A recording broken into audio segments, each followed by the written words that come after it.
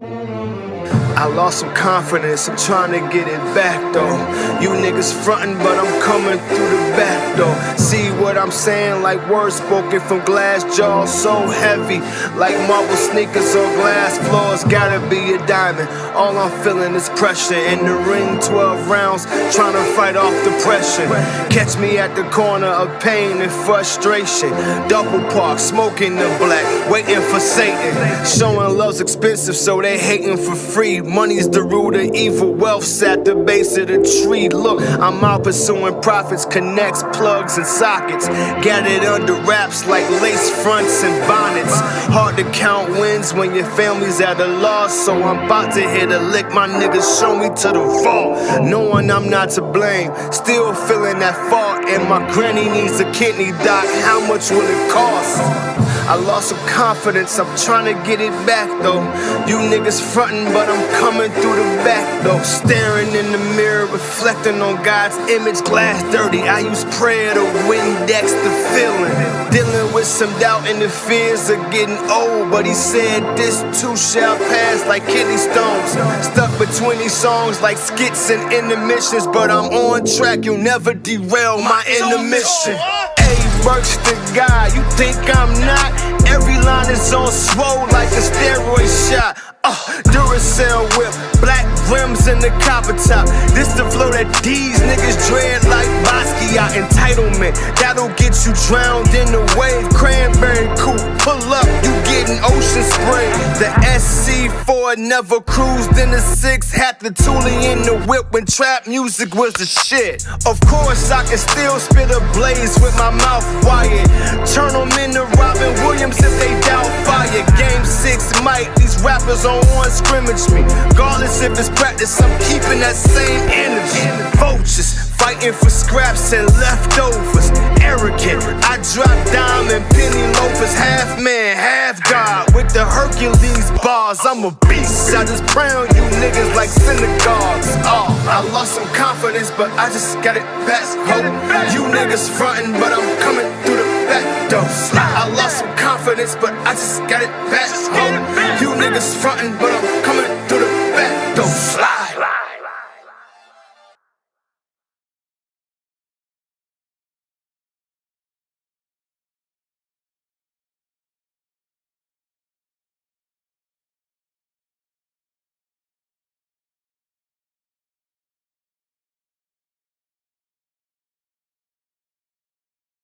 Built by Burks.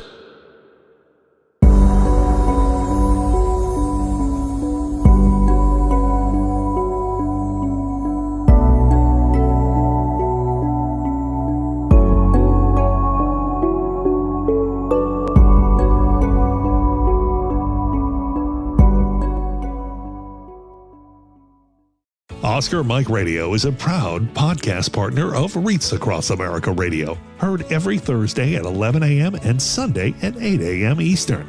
They're also big supporters of the nonprofit I Got Your Six, 2 Lives at Once. And with every wreath you sponsor through Oscar Mike Radio, $5 goes back to this great organization dedicated to making a difference in the lives of veterans, law enforcement, firefighters, and first responders battling PTSD. 2 Lives at Once pairs these brave men and women together with dogs rescued from kill shelters. In this way, 2 lives are saved at the same time by saving each other. Donate now. Go to wreathsacrossamerica.org/Oscar Mike Radio to help. That's wreathsacrossamerica.org/Oscar Mike Radio.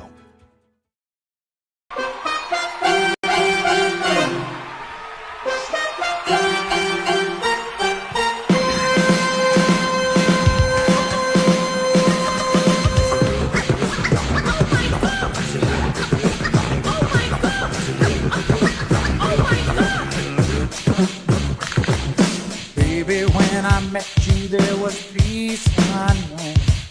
I set out to get you with a fine-tooth comb. I was soft inside. There was something going on.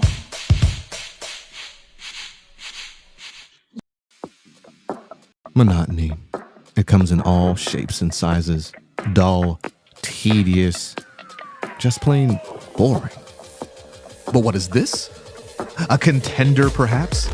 Something unboring by the looks of it. Jabs right at dull, an uppercut to tedium, something that keeps you on your toes, keeps your head on a swivel, a knockout punch to your old, boring workouts. Welcome to Fight Camp.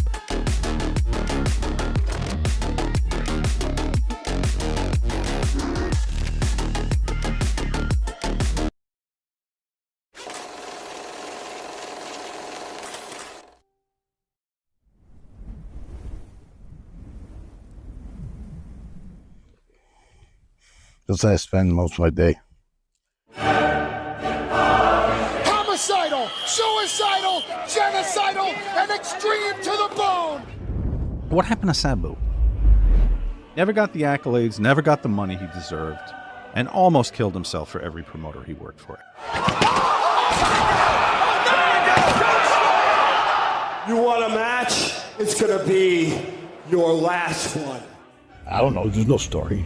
No planned out, premeditated story that I know of. Unless, if I was to maybe die tomorrow, then that'd be a good story.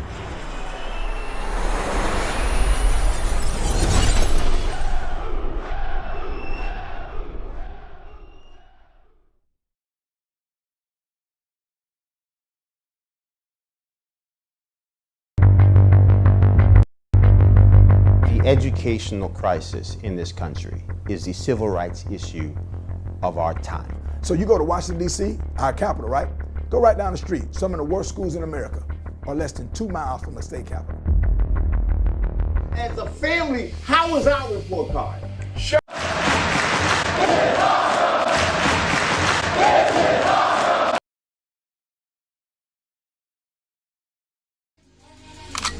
Maybach music. Can anybody out there hear me? Hear me?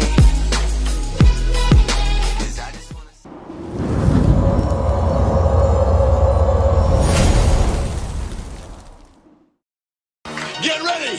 Woo! We are on tour, and we're doing it better than anybody else alive. Now, Buddy Landell, it's so hard for me to sit back here in this studio looking at a guy out here hollering my name when last year I spent more money on Spilt liquor. Every bar's holy, straight divinity. Great stability with ancient wizardry. God goes writing on the page after I prayed, he visits me. My frame is spiritually plateauing when angels lifted me.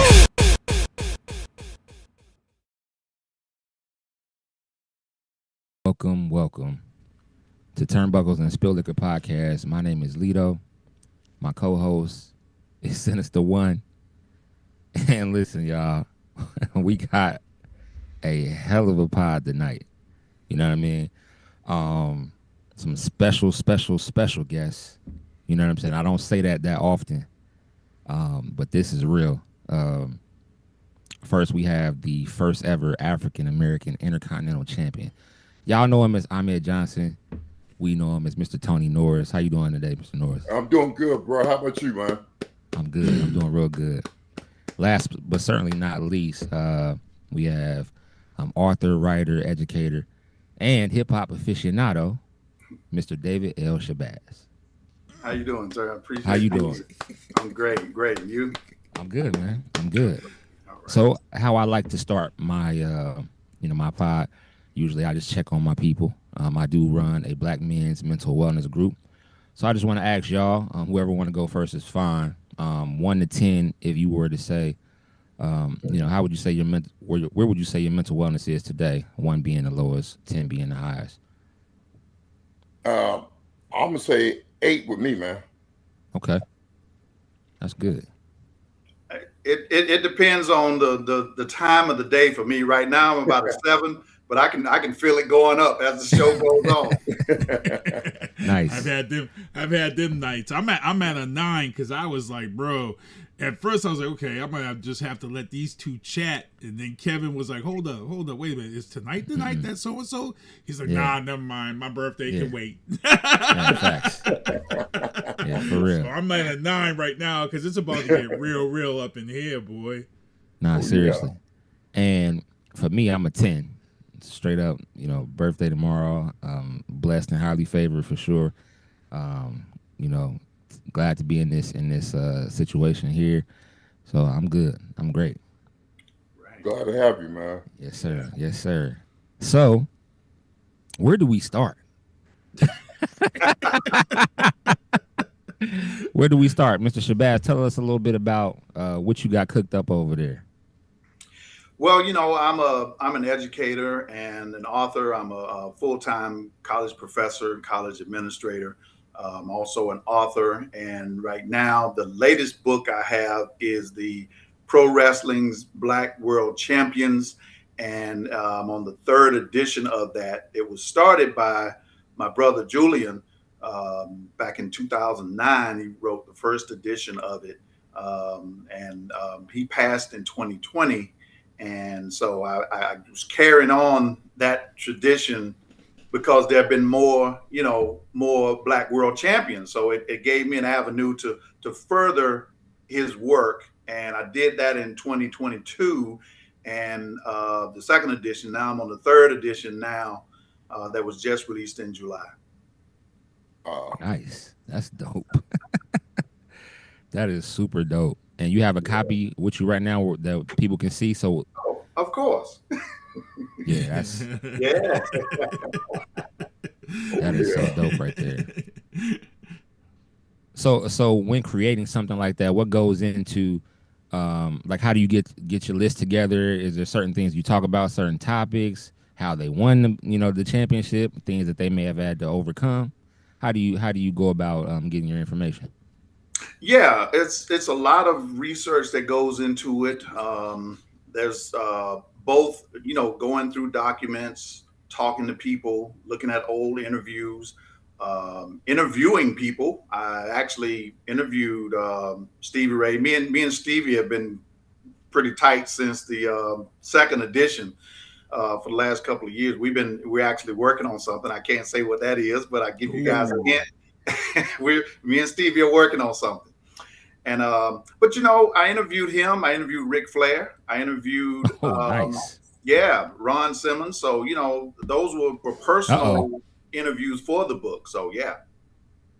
Hold on now. You said that one name. Yeah, Simmons. Ron Farouk. I know. He said, yeah, I know. You know what I'm saying? That's dope though. So you spoke to all of those guys and was able to come up with that 3rd edition, or yeah, and this one is bigger and badder than the others. It's over 300 pages, and like you were saying, it's a lot of the stats on the people. There are 27 wrestlers in here, and that would be, to write a full biography on everybody would be 27,000 pages. Right. So it's just profiles, highlights of some of the things that they've been through, the championships. There's significant matches and those types of things about each one of those. And some of it is a little, I won't say it's redundant, but a couple of people are in there twice, because someone like Ron Simmons is in there for himself, and then he's also in there. I have the Black World Tag Team Champions. So as a member of Doom, he and Ron Simmons, Butch Reed, also have a section in the tag teams as well. That's dope. I can't wait to read. I can't wait to get a copy of that and read that. Thank you. Yeah, it traces the history of those world champions, and that's been, I think everybody has sort of universally agreed now that Ron Simmons is the first Black world heavyweight champion, recognized as the world heavyweight champion, and that is not to take anything away from Bearcat Wright, who won a version years ago, and Bobo Brazil, who certainly had a legitimate claim to the most historic, I was going to say real championship, if you will, the NWA. Yeah. The oldest, the most historic at that time, because as the audience may not know, the WWF, the WCW, the AWA, all of those came out of the NWA. That's right. That was the big conglomerate that controlled all of those territories. And so for a black wrestler to have won that title, and Bobo actually beat Buddy Rogers for the title, and it was like the audience may not know, or well, let me not assume that. It was a typical gimmick match. You know, so it was called, okay, well, Buddy said that he was injured, so the belt was given back to him. And that actually, you know, wrestling kind of turned on itself, kind of ate itself, if you will, because of gimmick matches like that. When you have greedy promoters, and maybe not necessarily greedy, but everybody's trying to make as much money as they can. So if they can say that their regional champion is the champion, he beat the NWA champion, that's something they can use and they can sell. And that's what led to the demise of the territories. That's what led to the rise of WWF at that time. And, you know, and WCW, Crockett was the largest of those bodies, and it basically took over and renamed it after the show. The show was World Championship Wrestling.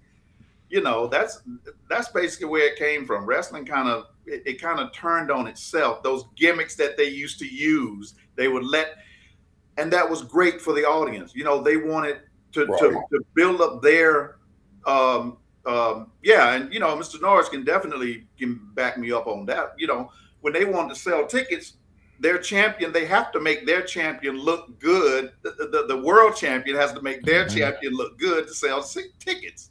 Right. I mean, some people don't know that I was the world champion there too. I beat Jerry Lawler for the world championship. Most people don't know that. Wow. Yeah, I beat Jerry King Lawler in Memphis. Oh, okay. And most people don't really know that. You know, that's something that seems to be hush hush for some reason. And my opinion on that is, I'm gonna mention his brother's name because to me, he should have been Intercontinental champion, world champion, everything, and he never got a chance. And that's Junkyard Dog. JYD. Yeah, absolutely. You know, I agree. I don't think he get enough praise, man, for what he did for African Americans. Yes, sir. Matter of fact, when I was a kid, one of the first matches I seen was it was a tag team. JYD. It was an old videotape that we had. So you know the VHSs, you can go get them. It was an old. It was JYD and Ernie Ladd against was it Andre the Giant and I can't think of the other guy it was, but it was a good match. And I didn't even know at that time. You know, growing up, you don't really see. I mean, I'm a kid. I'm probably 6, maybe 5, 6. I mean, I saw Hulk Hogan.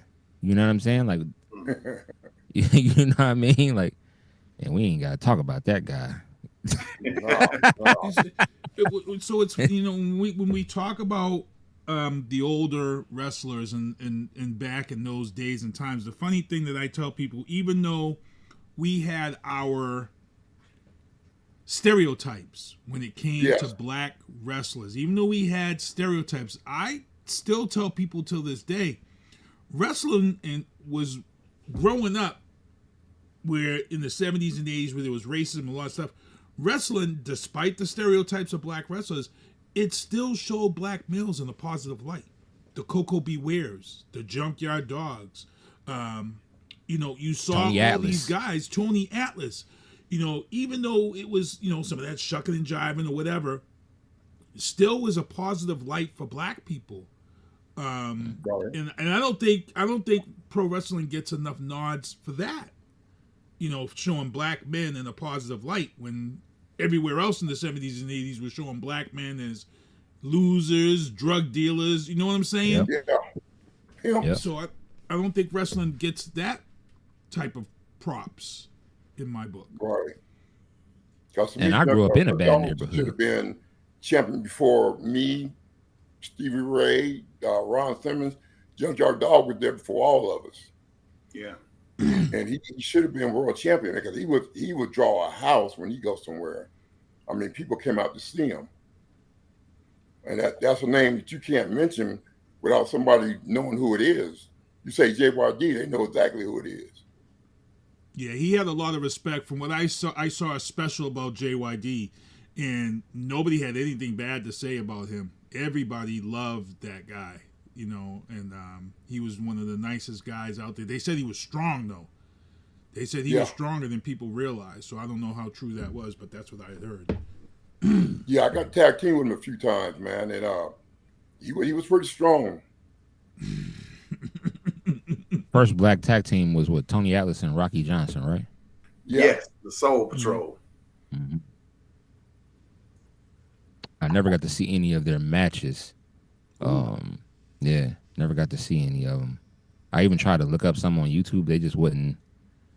I'm gonna still try to find some more, but well, they didn't last long as the tag team, and that's probably one particular reason for it, because they beat the Wild Samoans for the title, and I think they beat them in their defense, and like lost like the next match or whatever. So they only had maybe like two matches as champions. That's a trip. That's crazy, ain't it? Yeah. How long were you Intercontinental Champion, Mr. Norris? I don't even remember. But remember, I got injured, so they took the title from me when I got injured. Yeah. And they gave it to, they had a little tournament and Mark Merrill won it. Oh yeah, that's right. Cause you was Vince's guy. Yeah. Yeah. That's when I got injured. Mm-hmm. From Ron Simmons. Go Farouk. Good old Farouk. Kidney shot. Kidney shot. Hey. I thought that was a work at first. No, bro. I'm still on medication today because of that, man. Oh my goodness. Yeah. Ooh, damn. It was a kick, wasn't it? It would kick you. Oh, Kick you. Yeah. Yeah. That's crazy, man. Yeah. Good old Ron Simmons with the kick there. Now was that when were both of you in the nation at that time? No. Matter of fact, I didn't even know he was even in the building. They just brought him in, and I think he think I disrespected him because I didn't come say hi to him, whatever. But honestly, I didn't know he was in the building. And then they told me, he was going to do a run out and give me a kick, and I opened myself up for him, and he put that kick in there, man. Mm. But he got his receipt, though. You can believe that. Got that receipt. Yeah, he got that receipt during that street fight. That's dope. Oh yeah. Had to get him back. That's what they talk about, them receipts. Now, let's ask y'all. I want to ask y'all about this real quick. Did y'all see or hear about the story about Rampage Jackson's son? Oh yeah. Did? Yeah. Coming to find out, that was whose gym was that they were Rikishi's. in? Rikishi's, yeah. Promotion, and it got shut down. Yeah. How'd y'all feel about like watching that? Did you think like, because they were saying there was a lot of factors in that made him go crazy, or lose his temper on the guy. The guy doing what he did to him in the beginning with they said it was a fake beer can that he hit him with, but he wasn't a wrestler. He an MMA guy. Yeah. So what was y'all take when you first seen it? When I first seen it, bro, it was like I thought it was a work at first until I seen him throwing them punches, and the guy just went limp. I knew then it wasn't a work. Mm-hmm. But I think he got boosted up by that. I forgot the guy's name with the cowboy hat that told him to, go ahead and give him a receipt. Mm-hmm. You got a veteran telling you something like that. You're going to do it because he's a veteran. You think he know better, but it was kind of dirty, man, if you ask me. Mm-hmm. Because the guy apologized to him like 3 times. Yeah. And the guy thought it was squashed, and it wasn't squashed.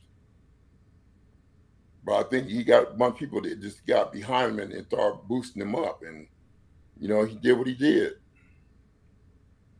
What about you, Mr. Shabazz? How do you feel when you saw it? I didn't actually see it. I read about it. Okay.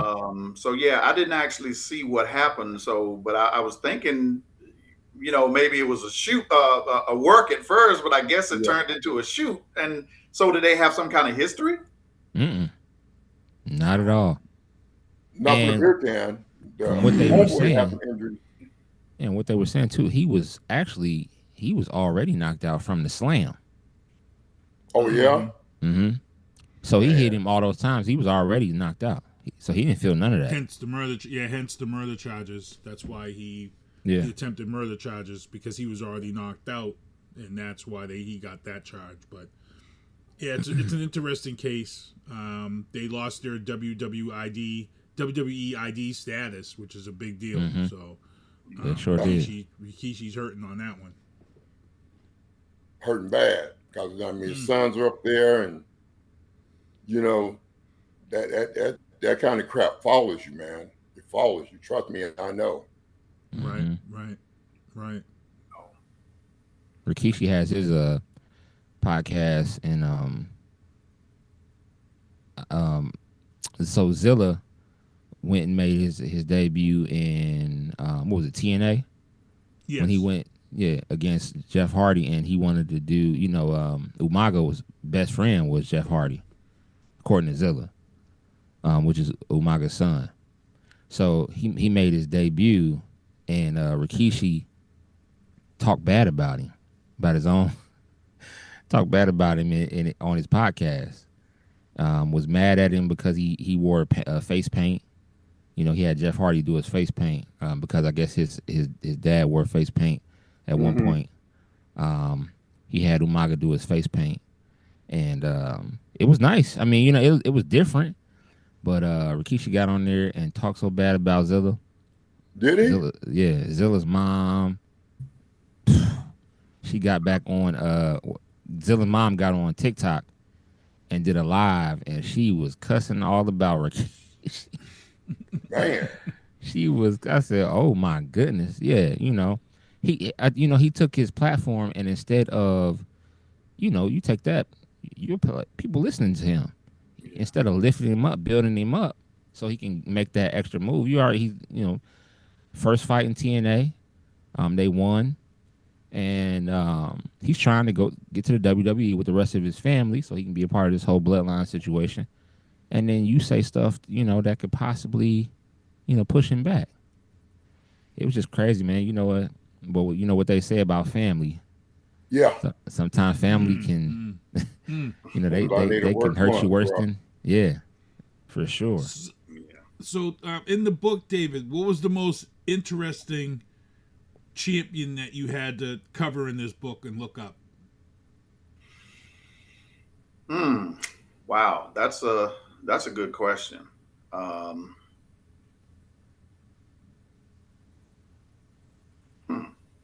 They all were pretty interesting. I would say, to kind of take it a little different, Jay Lethal is one that I was actually really impressed with a lot of his credentials, and just sort of disappointed at the level of success that he, you know, has not yet achieved that I think he should have. I think he has a lot of credentials behind him, and certainly the charisma of a champion, doing that Macho Man imitations and Flair imitations and all.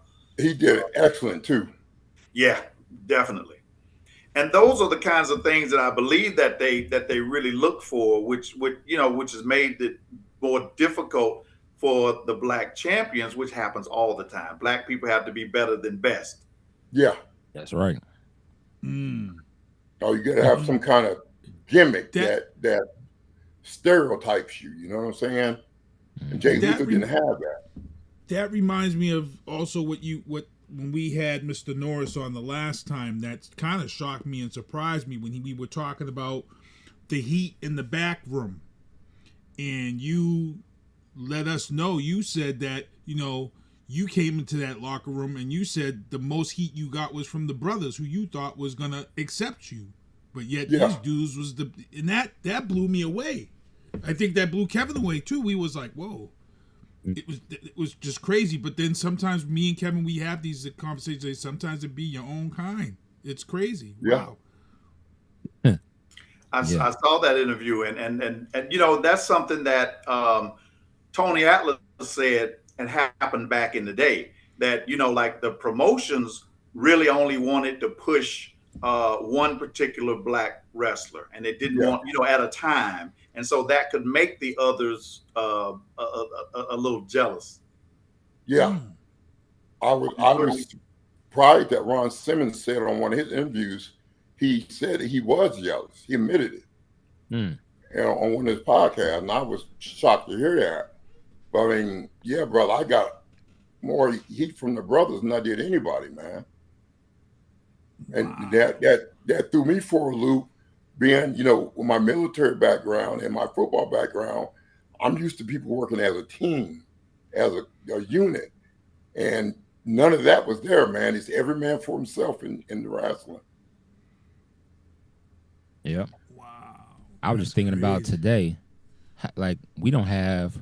When the last time we had a black WWE champion? Was it Bobby Lashley? You talking about WWE? Yeah, I would say WWE. Bobby Lashley. Yeah.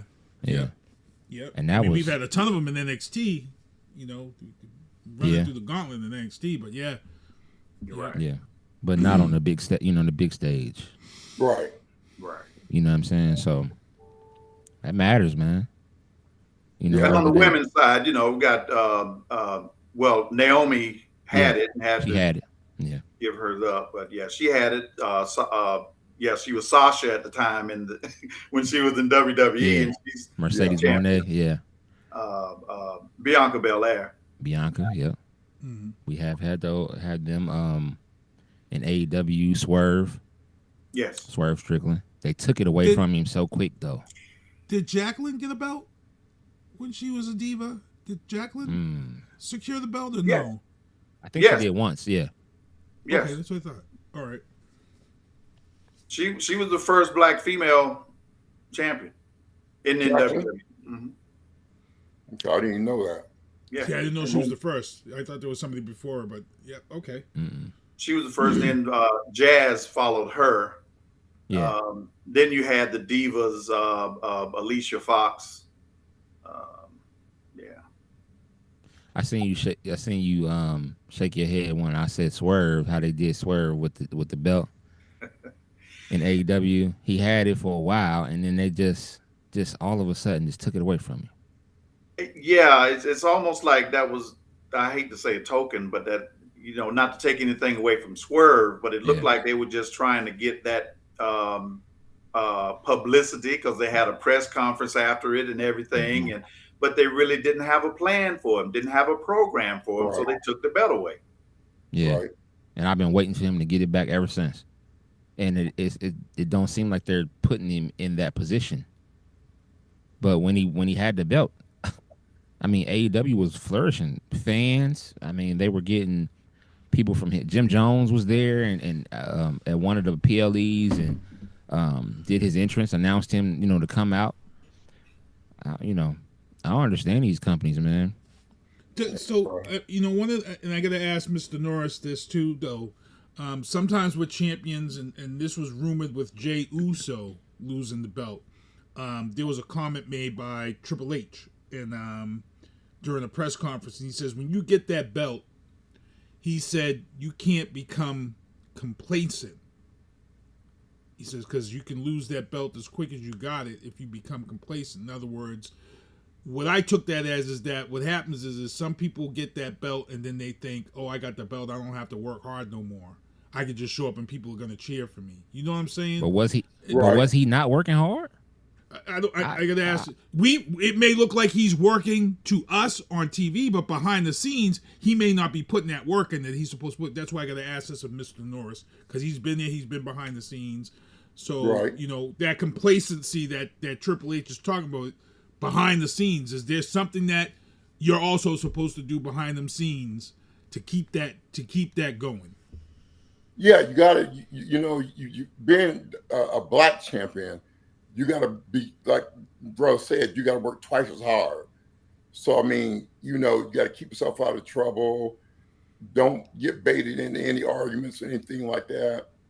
As far as his work ethics, I don't know him, so I can't comment on that. You know what I'm saying? Yeah, I'm hearing running late to events is one of them things that in pro wrestling, if you ain't sticking to the schedule, I heard that could really mess you up. Big time. My thing is, we're in a like today, we're in a time where if he let's say he did run late, right? I seen one clip on that that we were watching where the guy wouldn't let him through because he didn't know who he was, the security guy. So he held his car up. Yeah. He held his car up and said, "I'm Jey Uso. I'm wrestling tonight." He said, "Hold on, I'm looking for who was he looking for? He's looking for somebody. He was looking for Mark Henry or somebody." Yeah. And then he said, "Bro, I gotta go. Like I have to go. Like get dressed and all. Like." And he's like, "Hold on, sir. I can't let you through." You know what I mean? So he wasn't gonna let him through until he said the guard. He said, "This is Mark Henry behind me," and he said, "That's Mark Henry." And then he said, "Well, hold on, you don't go nowhere." He pulled off anyway because he had to be. You know what I mean? He had somewhere to be. I don't blame him. Yeah, I don't blame him either. But it is disrespect. If y'all telling me that I gotta come in here and be here at a certain time, why does this guy don't have my information so that I can get into the parking lot? Exactly. Or whatever. You know what I mean? So if I'm late, it's because of this guy and whoever y'all didn't tell him my information to let me be cleared to go through, to get through, so I can go do what I need to do. So I don't know, man. They did Jey Uso terribly wrong to me. You know what I mean? That showed me, like, I was like, damn, like, they didn't even give him a chance to really, and his fans are still cheering for him every single time he's out there. Yeah. They go crazy. In Paris this past weekend, they were going crazy when he came out. But you have to remember. You have to remember too, though. Jay is being chased by some nasty rumors in regards to the female employees. He was linked. They had to calm down the whole Jada Parker. Well, he's still. I seen him in the airport with Jada Parker. No, because now the word is that he's with Jackie Redmond now. So now so you see what I'm saying? So, this is the type of stuff that, we don't know, This is stuff that only matters because of this right here. Yeah. That's the only reason why it matters. If it was somebody else, they wouldn't care who they messing with. None of that. Oh, so yeah. You take the belt from him because of that? Is he married? I thought Jay was married, though. No. No, Jay's not. No, he was. He is divorced. But like I said, it only matters because he's black. That's it. Let's just be real. I mean, why else would that matter? Who he's dating? I agree. I mean, it would have been a white guy. Even if they didn't have the information, they would let him through. Exactly. They let him through whether they had the information or not. All he had to do was say, "I'm one of the wrestlers," and they would let him through. Right. I saw a post that you put up recently, and I seen it, and I said, "Oh shoot!" I said, "Mr. Norris is shooting." It was a video of Mark Henry walking in the airport or somewhere. Yeah. Oh yeah. And you said something, and I can't remember exactly what you said in it, but I was like, dang. They said something about Mark Henry's his back or his legs or something is. Yeah, where he's walking. Yeah, the way he was walking. I said, goodness gracious. So you and Mark Henry, y'all not cool at all. No, not at all, bro. Because he's a big liar, dog. I mean, Mark Henry is the biggest liar I swear I ever ran across. He's always been that way, man. Damn.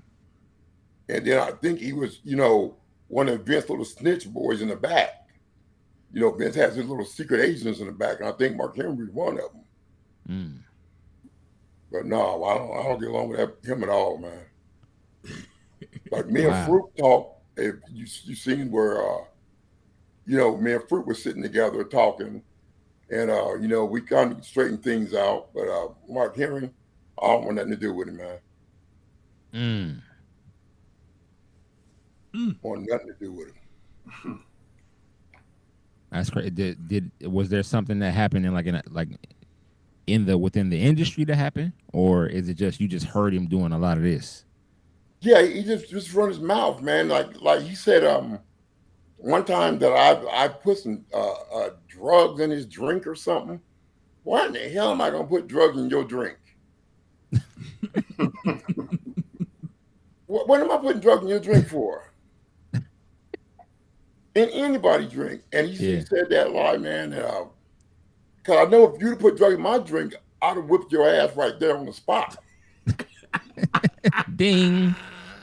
Yeah. Then he said that I heard Farouk first that I kicked Farouk in the kidney, which is totally backwards. You know, I don't mess with him, man. And I hate that him being a brother and all. You know being a brother, right. I hate that part about it. That, you know, two brothers can't get along, and the industry's small enough without you making it smaller for us. Hey, I can't listen. That's a good point. That's a good point right there. Yeah, for sure. I mean, you know, it's small enough, dog. We got a hard enough time trying to make it as it is, and you making the box even smaller for the brother. You know what I'm saying? Mm-hmm. That's kind of that was kind of my question earlier. You know, were you both in the nation at that time? Well, you know, I was specifically about Ron, but I guess were you in the nation with Mark Henry at that time as well? No, it was me, Ron, Comma, and D-Lo. Okay. Yeah, I wasn't in it then. Okay. But the thing about me is, if you got something to say to me, come in my face and say it. Don't be yippity yapping behind my back, man, and telling lies and stuff. I mean, we both grown men. You got something to say to me, come and say it. Because I'm gonna come to you if I got something to say. You know, I just don't like that, man. I just don't like backstabbers, man. You know, like they say, crabs in the barrel. Every time we get up, one of us is gonna pull it back down. You know, we have this thing as black men where we don't like to see other black men successful. And I don't know what's up with that, man. Because I'm not like that. I mean, I'm behind you. If you get a push, man, I'm behind you, dog. That's learned behavior. That's what it is. And it's sad that's the behavior that we got to get away from, man. That's a later on topic when we get into this hip hop discussion, because those are the images we kind of was forced, in hip hop to, we talked about this off air one time, Kevin. We talked about, I was mad one time because I simply went to the supermarket to get some food on a Friday night to have movie night in the backyard. And I came home mad and told Kevin, can we just go to a supermarket and see another brother and either dap him up or just give him the nod? Why we got a mean mug in Shaw's when you're doing Yeah. You know what I'm saying? There's two black men. Why we got a mean mug? I'm not down for the mean mugging in Shaw's, bro. I'm getting my detergent and my 50% off groceries and my day old like do we really have to mean mug in Shaw's? But that's that whole, like I said, we can get into this when we get into the hip hop section, bro. He probably was mad at you because he paying full price. You talking about you paying 50% off? Hey, I look for the sales. Look, I'm not these young cats. I see these young cats. I'm old. I go to the back of the supermarket in the meat section where they have that one section of meats that they've already marked down for the day because they were yesterday's meat from the deli. I'm getting on that. Because I'm going to go home and make myself a grilled cheese with some fresh turkey, day old turkey from the deli. I'm good, bro. I'm good. But the mean mugging is out of control. The mean mugging is out of control. Well, that's something, when we talk about this in our Black men's mental wellness group as well. It's like a lot of us have grown up to kind of like, we were taught to hate ourselves. Yeah, I was just going to say that. We hate each other, man, but for what? Yeah. We were kind of then taught you that. want to, cry about the white man holding you down. Nah, brother, we holding each other down. Mm-hmm. You know what I'm saying? When we get together, we're a powerful group, man. We get together. Listen. I mean, we're powerful. But fashion, sports, music. I mean, we pretty much started everything. Yeah. Country, it don't matter what kind of music. Country music, blues, jazz. We were the first to do everything. I don't care what nobody say. Like that's, I mean, they try to say that. I seen this lady. She said something about people were mad at Beyonce because Beyonce made that country album, but she made the country album because she felt like she was never gonna get album of the year at the Grammys. So she was like, "Wow, let me do this and see if they give me album of the year." And she makes the country album, gets album of the year over Taylor Swift. Got that Grammy. Who commented on that, man? With Jesse Body Ventura. Did you hear that comment he made about music? I didn't. Well, Jesse Body Ventura came out and said on a podcast, he said, if it wasn't for black music, there'd be no music at all. He said they started country, they started the blues, they started jazz. And he said if it wasn't for black people, there'd be no music. And this is coming from Jesse Body Ventura. That's true. Yeah. That's just facts, Yeah. 100%. Let's talk about I got a question on the book. So you're in the book is in its third edition. Yes. How do you update your additions? Is it additions to the book itself, or is it additions to somebody who might be in there and you find out more information about that person? Well, it's kind of additions to itself, and it's basically based on the industry and what's happening in the industry. Just to kind of give a little, try to make a long story short, the book, when my brother passed in 2020, and I found his book, that the first edition, which was really like an ebook that very few people actually saw. It gave me that opportunity, and I was really trying to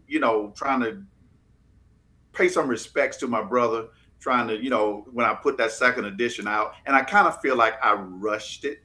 It was probably like 80 something pages, which was, more than double what was original. But I felt like I rushed that one. And this one actually gave me a little more time to do some more research and to put a little more into it, and a little more of even my own personality as well. And when I'm talking about the industry, like Bianca Belair and the women were really largely not included in the second edition. And the reason for that was because WWE was not calling them the champion. They had won the Raw Championship or the SmackDown Championship. I'm like, okay, so who is the champion? Because they started like they were trying to follow the NFL when they first bought WCW, like professional football, when the AFL and the NFL joined and made the two into conferences, NFC and AFC, to fight for the Super Bowl. They pretended by making Shane McMahon, the head of WCW, like they were really going to run it like one company and run WWF or E or whatever at the time, as a separate company. And I thought they were going to really follow that football model and have a Super Bowl where they had a WCW champion versus WWE champion for the world championship, single world championship. And, so lately they just decided that, while I'm on the men, let me go ahead on and say it. That was an issue I had with Roman Reigns. Roman was WWE champion. He was a Universal champion and took all the belts and became the undisputed WWE world champion or whatever. Yep. And then all of a sudden, while he's champion, they create something called a world heavyweight championship. Wait a minute. You got a world heavyweight champion. Yeah. But then it just slowly just got away and just dissolved those belts and just faded away, the Universal Championship. So now we got a World Heavyweight Champion. But that's what they did with the women. And that's why those women were not in that second edition, because I wasn't focusing on the Raw champion or the SmackDown champion, because that would I'd have so many champions. I wouldn't, the book would be, again, thousands of pages. I was trying to just focus on the World Heavyweight Champion. And since they recognize those as world titles now, and they call them the WWE Women's Champion and the WWE Women's World Championship, and they're recognizing both of them. Like on the men's side, they're recognizing the World Heavyweight Champion and the WWE Champion, both as world titles. So that's one of the reasons, which kind of gave rise to that third edition and allowed me to have more representation of the sisters in there that were left out the last time. And it wasn't on purpose. It was just because, the organization did not call them World Champion. The franchise. Yeah. Yep. That makes sense. Mm-hmm. Yeah. So how can people purchase the book? It's worldwide. You can get everywhere. One central location, my website, davidlshabazz.com. And that's SHABAZZ, DAVIDL. That's from my website. You can order it there. You can order it from Amazon and Barnes and Noble and all of the bookstores, and actually don't want to undercut them. But if you order it from me, it's actually a little cheaper than ordering it from them. Right. Okay.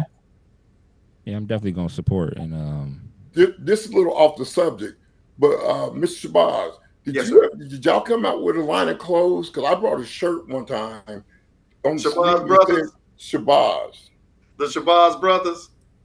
Yeah, I don't know who it was. I just knew that Malcolm X, wasn't Malcolm X's last name really Shabazz? Shabazz, yes. Mm-hmm. Yeah, and I brought a shirt one time with it on my sleeve. Yes, that was not us. That was some different brothers at the time. I think one of them may have been a part owner of FUBU, or I know they had a relationship at one time, but no, that wasn't us. Okay. Nice. Do you have so I know you're selling your book and everything. Are you you said you are a professor, college professor as well? Yes. Where are you right now? I'm in Kentucky, and I teach journalism, communication, radio, TV, and newspapers. Yeah. Okay. I'm in Ohio. So not too, yes, sir. Yeah. Close to Cincinnati, not too far from Cincinnati. Oh yeah, you're not far away from me. I'm in Frankfurt, in the capital. Okay. Nice. That's good to know. Okay. Hip hop. Let's talk a little bit of hip hop. Real quick. Best hip hop artist of all time. Tupac. Why? Tupac was socially conscious. Tupac had a phenomenal work ethic. I mean, the brother just worked. He outworked almost everybody. And that's something that you saw after his death. You saw like 2 or 3 albums and three like movies that he had already. The brother just had an incredible work ethic. And I think his commitment to Black people and Black men in particular. I know some people may question some of the lyrics in some of his songs, but I mean, it's street and it's raw, and but he loved his people. He was committed to the people, and that's I think one of the things that we were talking about all along. It's if the system can find some kind of way to split Black men up and get us mad at each other, like they did with him and Biggie. That's all they're looking for, that opening, and they can tear us apart. So for me, when you talk Tupac, I gotta say, I hate Hollywood. I hate the record. Well, not Hollywood. I hate the record industry, because I was a fan of Tupac before he was Tupac, before he was this angry black man. And, Tupac was about positive music. He was coming up through the ranks, and he was in Digital Underground as a dancer. His first video that I saw him in was Brenda Got a Baby on BET. His videos were opening people's eyes up and talking about the stuff that we didn't want to talk about as a community. But then guess what happened? Tupac was in this movie called Juice, and he played one of the most ruthless black characters in the history of black movies. And I said this to a lot of people. I said, the record company had to capitalize on that Bishop character. And when that Tupac album came out after that movie, Tupac, the rapper, became Bishop. And that took him to his grave. In my opinion, that Bishop character took him to his grave because that's what they turned him into. Because the actress who was on Different World was dating Tupac at that time, and she said he was nothing like the person that he portrayed. And I saw that, and I felt like he was taken from us. That man, acting wise, would have gotten an Academy Award. He was above and phenomenal as an actor. And again, you guys talk about how people take stuff away from us. I felt like Tupac was something that was taken from us before its time. But like I said, I feel like the record company ruined him. They murdered him. They turned him into that Bishop character and brought that Bishop character into his music, the spitting and the angry black man. And I felt like that role took him to his grave. I swear I stand on that. 10 toes. I can agree with that. I mean, because again, they do these psychological studies on us, so they know these things. They know that he's the son of a Black Panther. They know that his aunt was had to flee the country. So they know he's got enough that he's already mad about internally as a person. So they prey on that and they slowly pull that out. It's slow. It's very meticulous the way they do. They're very careful to where they can create something and have you thinking that this is real and it was all manufactured. Above the Rim too. Yes. His role in that was different. Not the sound. Go ahead, Mr. No, I was actually going to bring you in because the professional wrestlers understand, creating characters and controlling audiences, having people love you one day and hate you the next. Yeah. Pro wrestlers understand that. Yeah. I was going to say, you took the word on my mouth. I was going to say Tupac too, not to sound repetitive, but Tupac was my man. And I got to study on Tupac. I did the movie Too Legit. Too Legit from MC Hammer's movie, and about Tupac and Suge Knight. I got to play Suge Knight in it. And good chance to watch the movie. It's called Too Legit. It's on you can see it on YouTube or your phone. But I got to play a big role in that, man, playing Suge Knight. And him and Tupac, I got to play Suge, man. And him and Tupac were pretty tight, man. But I'm not sure if he didn't have something to do with that, man. Suge, yeah. I mean, after studying Suge and doing my study for the role and everything, I don't know. Suge was a ruthless man, man. I honestly feel like he didn't have the right people around him before he died. Right. Nope. Because he should have never even gotten to that fight. No. Too many people around, somebody, as many people that were there, they should have protected him and said, nah, come on, let's go. Got him out of there way before, any of this. Maybe he would still be here today. Yeah. Yeah, he didn't have the right cast around him, man. He didn't have the right people around him. Because I'm telling you right now, Suge Knight was a son of a bitch, man. He really was. He knew he wanted out of that contract. For getting him out of jail. So, that there's a lot that played into it. But yeah, we lost a huge talent when we lost Tupac. Yeah, huge talent. Sinister, what was the? I know there was something in particular that you wanted to speak about or talk about when it came to hip hop. What was it? You had a question for Mr. Shabazz? Oh yeah, just that he kind of was touching base on the psychological part of hip hop on us. You know, that image that, you know, like I said, we can't walk in a store without mean mugging each other, and part of that is the bravado and the stuff we were fed for so many years in hip hop, the way we treat women, all that stuff. I'd let him talk on that. I mean, this is what he's, yeah. I mean, it's you know, it it is what it is, and what it is the industry basically trying to control us. In communication, in journalism in particular, there's a theory called agenda setting. The agenda setting is basically they're setting the agenda and telling you what to think about. We think we're using our own minds, but we're not. They're setting the agenda for us. I mean, think about it. There's no other race of people that just denigrates themselves publicly. Can you name any song out there right now that doesn't have the N word? Any movie that doesn't have the N word? What other race of people does that? Why is that constantly being flooded down our throats and hearing that? So when you ultimately see another black person, that's what you think they are. Exactly. And we know that's a destructive term because let a white person say it.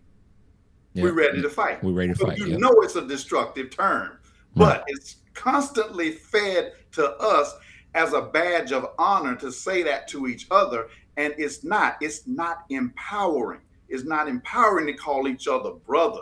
I mean, if you have to get to that, say my ninja, you know, if you got to work your way up to brother. Yeah. You know, do something That's more, what I say, my more ninja. empowering. But we don't do that. And that's by design, because everything that comes into, you know, garbage in, garbage out, knowledge in, knowledge out.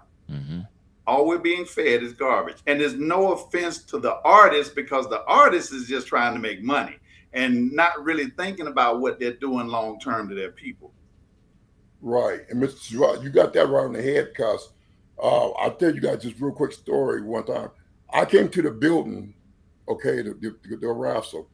I came to the building and Shane McMahon pulled me to the side and was like, Ahmed, do you mind getting some gold teeth, man, and some chains? Yeah.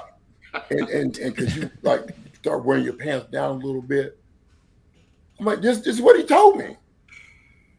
Wow. He actually wanted me to come in looking like that, man, with gold teeth, a chain, and my pants pulled down.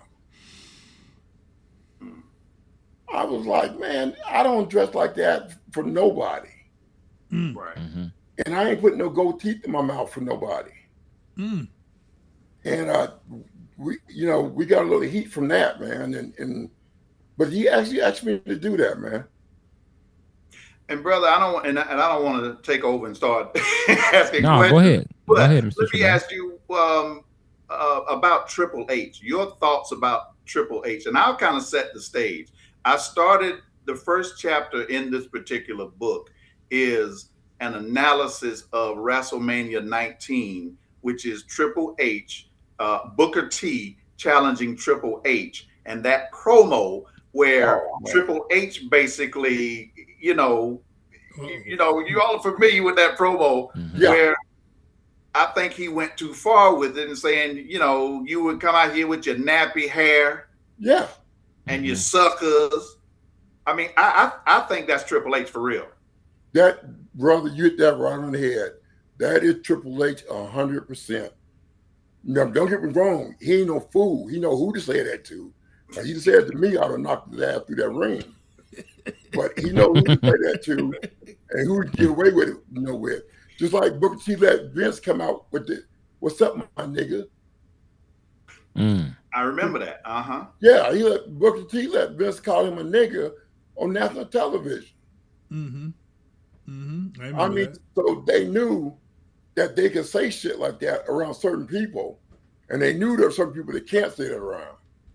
Triple H ain't never came to me with no shit like that. But yeah, bro, Triple H is a racist from the word go. I mean, look how he's backing up Trump. Right.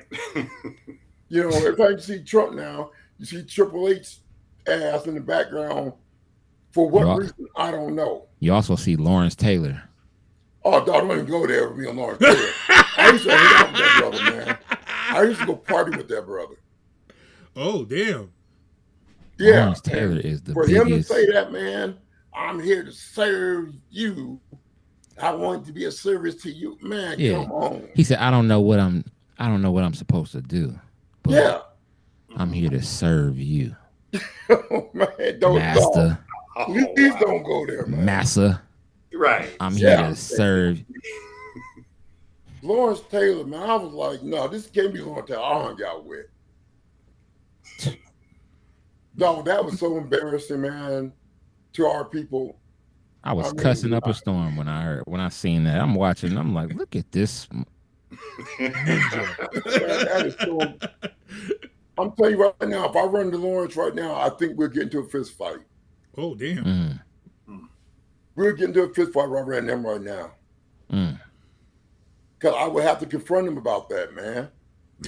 He just looked weak as. Like, I don't want to, because I get upset. But I believe that when you're on a stage of that magnitude, how you look when you're the only one that looks that way around everyone else, you have to be cognizant of how you're talking, how you're speaking, what you're saying. Yes. You cannot get up there and look like Toby. Right. He reminded me of Snowball from the Django. That role that Samuel Jackson played. Yeah. Right. Yeah, he reminded me of Who Snowball. that on that net?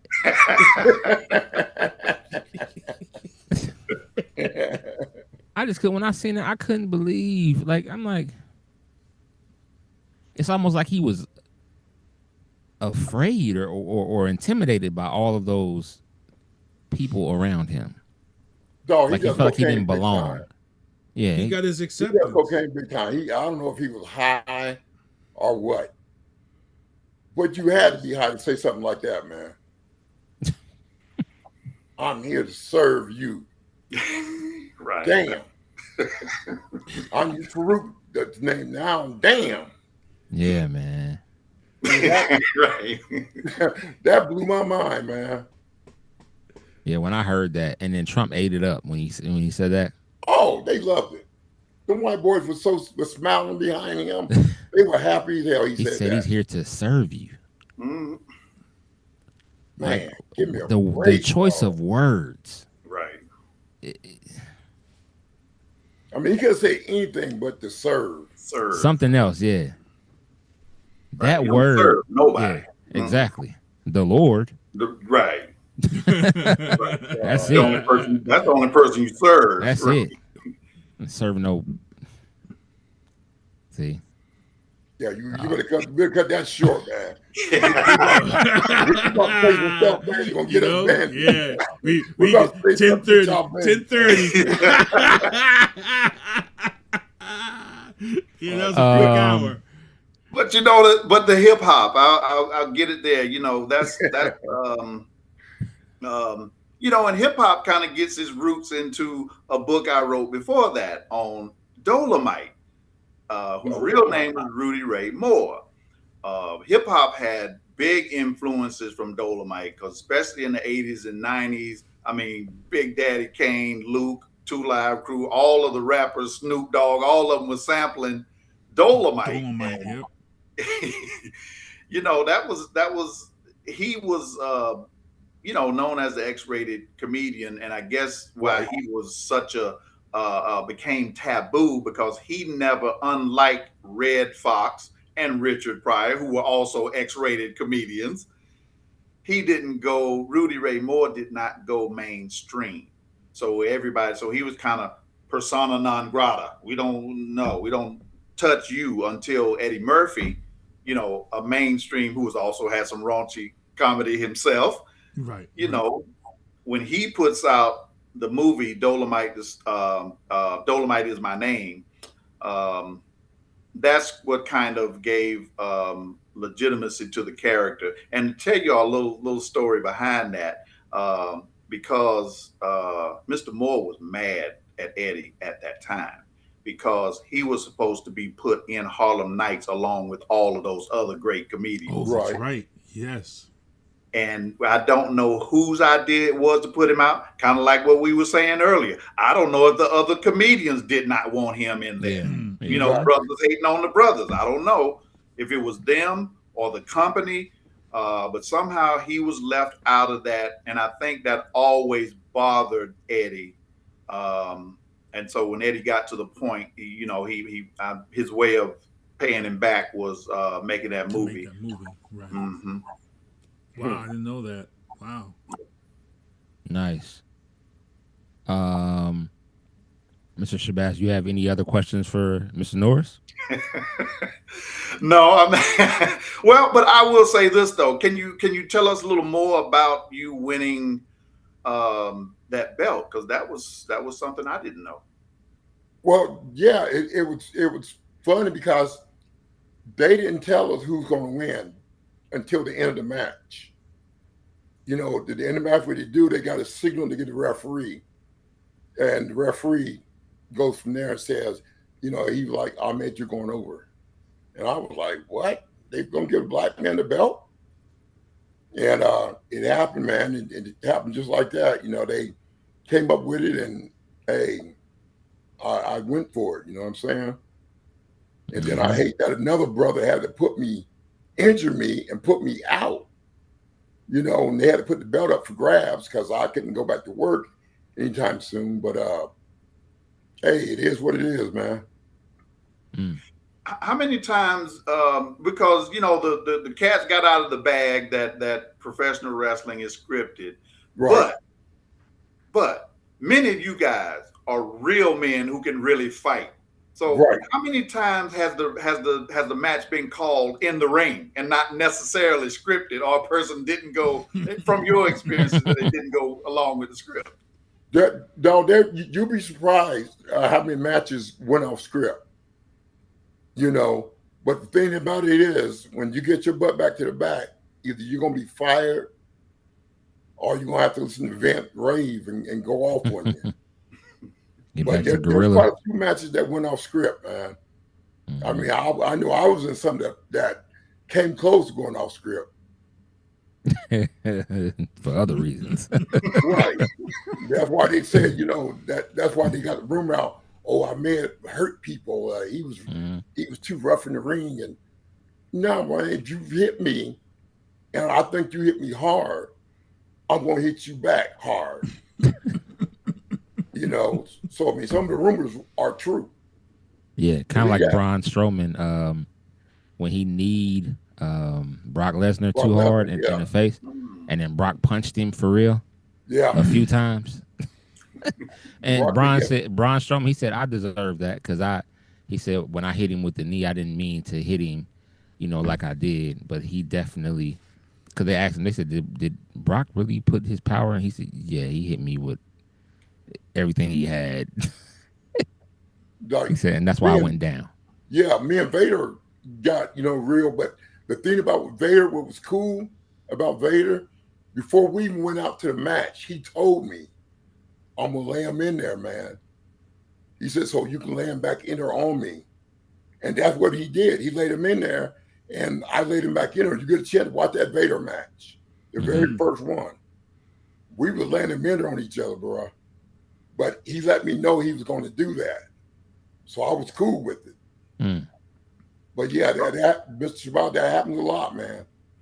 Ron Simmons said that same thing. You know, him and Vader, when he won the title from Vader, that they were really going at it. They were really brawling. And you know, because like you said, Vader said, you know, look, I'm a big, tough guy. I can take it. You can too, or you're not going over. Gee, yeah, that makes sense. Well, Brady, you have to bring the ring with Vader, man. I always thought when he hit you, that was real anyway, because he didn't hold back when he hit you. Right. That's why I feel sorry for them young kids that had to wrestle Vader, man. When I got to the match and I see one of them young kids on the card with Vader, I was like, man, I feel sorry for you, bro. Already. That is so dope, man. Well, this was a very, very, very dope podcast. I feel like we need to do a part 2 of this. We do. It's too short. We definitely gotta set up and do a part 2 of this. Mr. Shabazz, tell everyone how to get in contact with you, your social medias and everything like that. Yes, at David L. Shabazz. This is the easiest way. That's through IG, Twitter, X, and all of those. My website, davidlshabazz.com. You can find that's the link to all of my socials and everything right through there. Okay. And I have a free gift for everybody who signs up for my mailing list on the website as well. Nice. Ooh. That's nice. And what about you, Mr. Norris? Tell everybody how to get in contact with you. Oh, no, I would say Facebook. My Facebook's full up. They can't hit me on Facebook no more because it's full up. Just contact us and we'll. Yeah, y'all got the contact, man. Yeah. Contact us on Turnbuckles and Spilt Liquor on Facebook, and if y'all got questions or anything we need to pass on to Mr. Norris, we'll do that. Because that's how we roll. That's what we do. Yeah. For my man Sinista1, my name is Lito. This is Turnbuckles and Spilt Liquor podcast. We are out.